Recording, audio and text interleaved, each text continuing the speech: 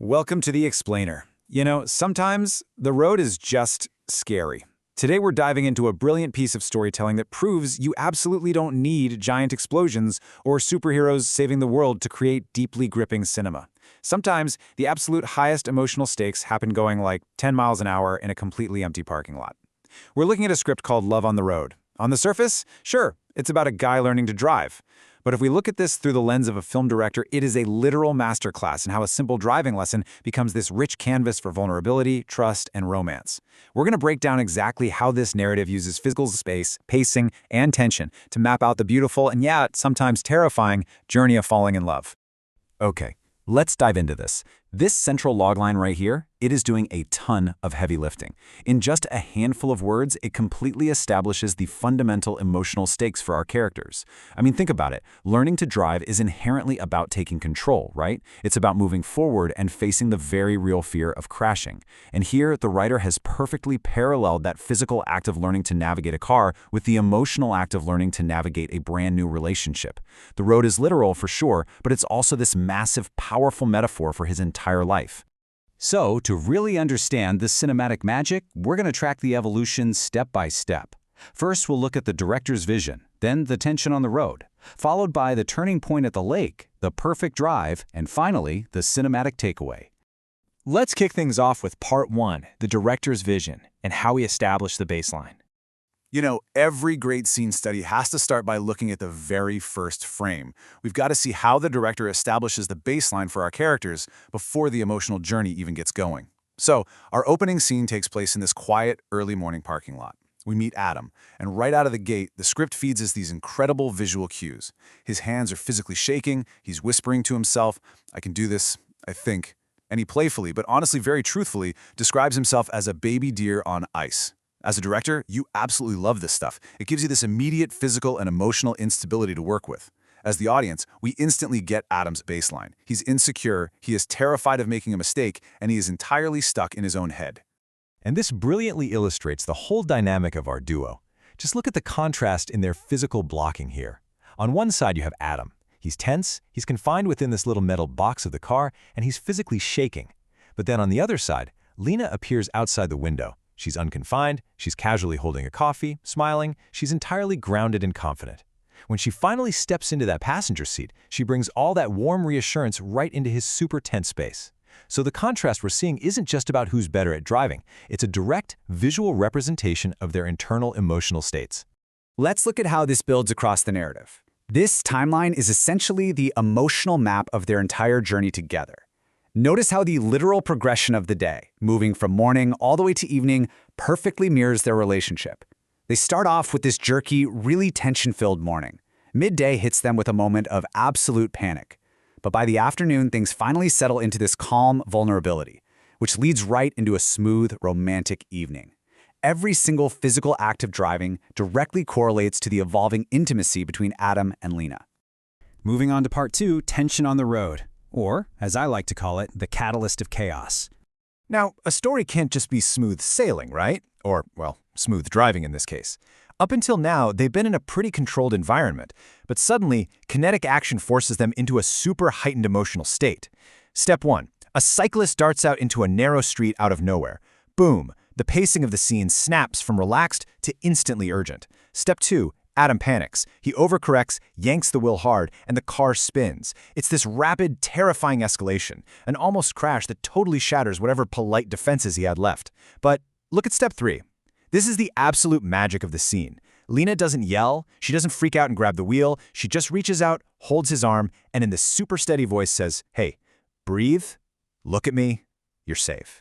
This intense moment of extreme tension, immediately followed by her grounding release, just strips away all of Adam's walls. It proves to him, right there in the moment, that she is not going to abandon him when things spin out of control. Which brings us to part three, turning point at the lake, the quiet climax.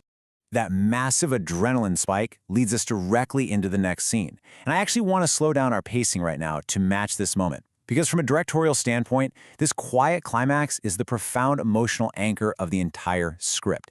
They pull over, the adrenaline finally fades away, and Adam just confesses what has actually been going on in his head this whole time. He says, "I'm scared of driving, but I'm more scared of disappointing you." So the crucial point is that this massive confession completely shifts the story's conflict. It was actually never about the car. It was never about the mechanics of driving. It was entirely about his fear of not being good enough for her. The physical fear of the road was literally just a mask for the deep, deep emotional stakes of his heart. A great director knows exactly how to use the environment to amplify emotion, and the choices made here are just perfect. Let's deconstruct exactly why this lake scene works so beautifully. After all that claustrophobia and the sheer panic of the narrow street, we get this wide, open view of the sun reflecting so calmly on the water. It physically breathes air back into the scene. We go from gripping a dashboard in pure terror to these gentle, reassuring smiles. And then, the most important physical action of the entire film happens right here. Their fingers slowly intertwining. It is deliberate, it's slow, and it represents the definitive turning point in their bond. The chaos is totally gone, replaced entirely by connection. And Lena's response to his vulnerability is exactly the emotional feel Adam needs in that moment. She tells him, "You don't disappoint me. You make me proud every time you try." This dialogue, it's just a brilliant directorial choice. It resolves Adam's internal conflict instantly. She's validating his effort, not his execution. She isn't looking for some perfect, flawless driver. She's just looking for someone who is willing to try. And that takes us into part 4, the perfect drive, the payoff. Armed with that deep validation, Adam's internal conflict is finally resolved, and the external action completely reflects that new harmony. Now, what's really interesting about this slide is looking at the measurable growth of our characters from scene 1 to scene 5. Just look at Adam's hands. We started with these shaky, unsure movements. Now, they are steady and confident. Look at the physical connection. They started out separated by the center console, all tense and awkward, but now Lena has her head resting peacefully on his shoulder as the car just glides smoothly, the wind blowing through the windows. And Adam's mindset has completely transformed. He went from a terrified baby deer on ice to a man who confidently declares, "For you, I'll learn anything."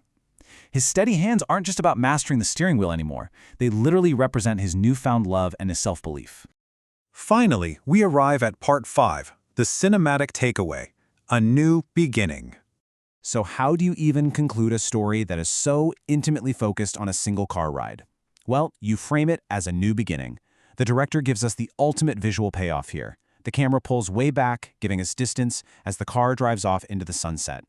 The lighting shifts so that Adam and Lena are now just these beautiful silhouettes inside the car, sitting closer than ever. By turning them into silhouettes, the director actually removes their specific identities for a minute and turns them into this universal symbol of romance. Accompanied by the wind blowing and that soft music playing, the framing just cements this profound feeling of triumph. Because at this point, it is no longer a driving lesson, it is the very first chapter of their lives together.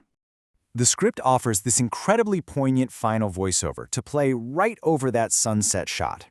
Sometimes the road is scary, sometimes your hands shake, but when someone believes in you, even the hardest journey becomes beautiful. This just brings the entire thematic message of our explainer full circle, doesn't it? The physical mechanics of driving were always, from the very beginning, just a stand-in for the terrifying, beautiful vulnerability of trusting someone else with your heart. It really is a brilliant piece of writing. It takes a completely everyday occurrence and elevates it to this profound level of cinema. It reminds us that, hey, we all have those moments where we feel like we are just spinning out of control on a narrow street. But the presence of a steady hand and a calm voice, that changes absolutely everything. So as we wrap up this analysis, I want to leave you with a thought to take with you today. Who is the person that makes your hardest journeys beautiful?